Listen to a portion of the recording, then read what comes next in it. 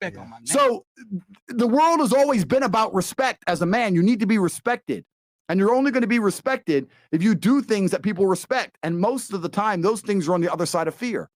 We talk about the world we live in today and the problem with girls, et cetera, et cetera.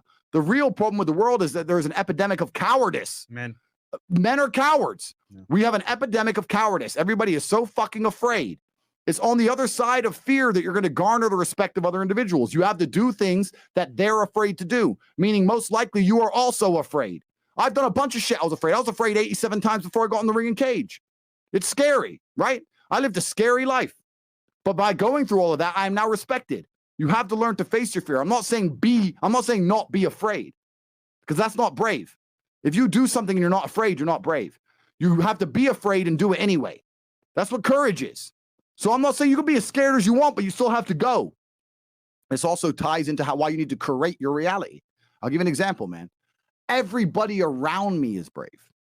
I don't hang around with cowards. You have to understand that I've created my reality to the point now where I can only make the bravest decision because everybody I speak to is brave. There's no bitchness in my realm. I'm rich enough that everybody I correlate my existence with, everybody I conversate with, is saying, do the brave thing. There's literally no realm for being a coward. So how can I be the only coward in my peer group? Am I going to be the only pussy amongst all the men I talk to? No. They say you're some of the 5 people you spend the most time with. So even if you're sitting here right now and you know you're a little bitch, why are you not hanging around with brave men? Because there's a magical power amongst men. And it's a magical power which has been forgotten and lost. When you put enough men in the same room, there's a transference of energy that makes us feel invincible. I say all the time, your friends should bring out the worst in you. And when I say the worst, I mean, you know, when you're with your boys and you're loud, and you feel aggressive and you're about it and you'll talk to that bitch. Who cares if she says no? They bring out the worst in you because you don't give a fuck anymore. Because what used to happen evolutionarily is when large groups of men got together, you charged at the enemy. That's what you did. You ran at the spears. Even in World War I, World War II, they ran at machine guns screaming over the trenches. When men get together, there's a magical force that makes us feel brave, makes us feel powerful. So you should be around other men that make you feel that way. There ain't a bitch alive who can drag me down. You can't make me sad. I'm with my team. Then I'm going to go up to my boys and go, well, you know, she had nice tits, man. Do you understand what I'm saying? Yeah. So most of these pussies are hanging around pussies wondering why they're pussies. You deserve it. You need to create your reality. You don't even need to be brave enough to become brave by yourself. You need to be around men who are already brave. And you need to have enough self-respect to not embarrass yourself like Tommy Fury, like a little punk. You understand what I'm saying? You need to stick to the game. But this is the truth of the world we live in now. We live in a world full of cowardice. It's cowardice. Let me tell you about the best player I ever met. Have I ever told you about Luke the Man? No. Oh, you know about Luke the Man? Yes. Luke the Man. The story. Luke the Man. Okay. Right. Luke the Man was the best player in history, right? He was ugly. So ugly. He was from the Ivory Coast Republic. African guy. Spoke no English. Fresh off the boat. Bluetooth headset. Flip-flops in the winter. Fresh. Niggas go here, bro. Fresh. We used to call him Fresh. I'm sorry. Because we were like, you're fresh off the boat, bro. When did you get off the boat? Because he used to wear flip-flops. It was like, it's freezing cold. Like the fucking video. We're like, why are you wearing flip-flops? Wait, hold on, stop giving me, man. Give me a break. So my brother used to work back in the poor days, my brother used to work in Pret, which is a sandwich store, like a McDonald's in England, right? Yeah. And Luke the Man used to work the till. Mm-hmm. And every time a beautiful girl would come to the till, Luke the Man would say, hey, baby, you're such a beautiful girl.